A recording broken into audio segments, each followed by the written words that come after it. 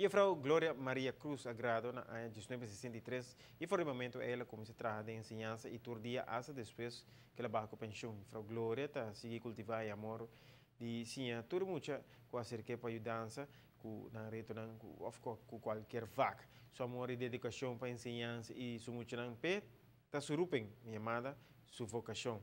E docente está sentindo como as coisas religioso não está em chamada e está querendo firmemente que também a chamada aqui para dar sua parte na emocional que o time esteja. Sua carreira não somente é tempo que ela trabalha na escola, mas também é o período que ela segue e até hoje em dia. Para sobre, aunque esta com pensão, e não por que da sinta quieto. Mita de ensinança, já vou publicar, daí último 46 anos, para sobre mim não conta solamente o tempo como trabalha, sino também o tempo como barra com pensão, até agora que não ainda, me não posso sentar quieto.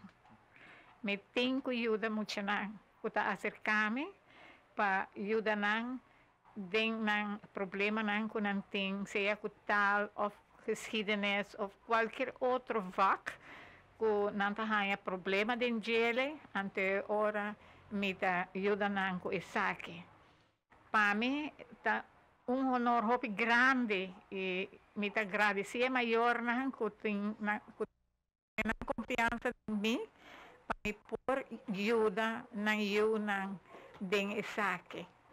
Cara hopi conheci no mundo de ensinança que dedicar sua vida profissional na educar candidato hopi grande de Muchanang para o último 46 anos, mais que 46 anos, e que ainda está não cansa de fazer isso e dedicar acho que depois de barco pensão para ajudar Muchanang de diferentes idades com diferentes áreas de estudo. Pois se tal outra coisa que ainda quizás não domina completamente, e Frau Gloria está dando belas, guia de aqui e nos dá a oportunidade para não somente topar algum de seu cliente, mas também para poder conversar rato com a Frau Gloria e ela vez otorgar reconhecimento para toda a área de dedicação que está tendo nos ensinança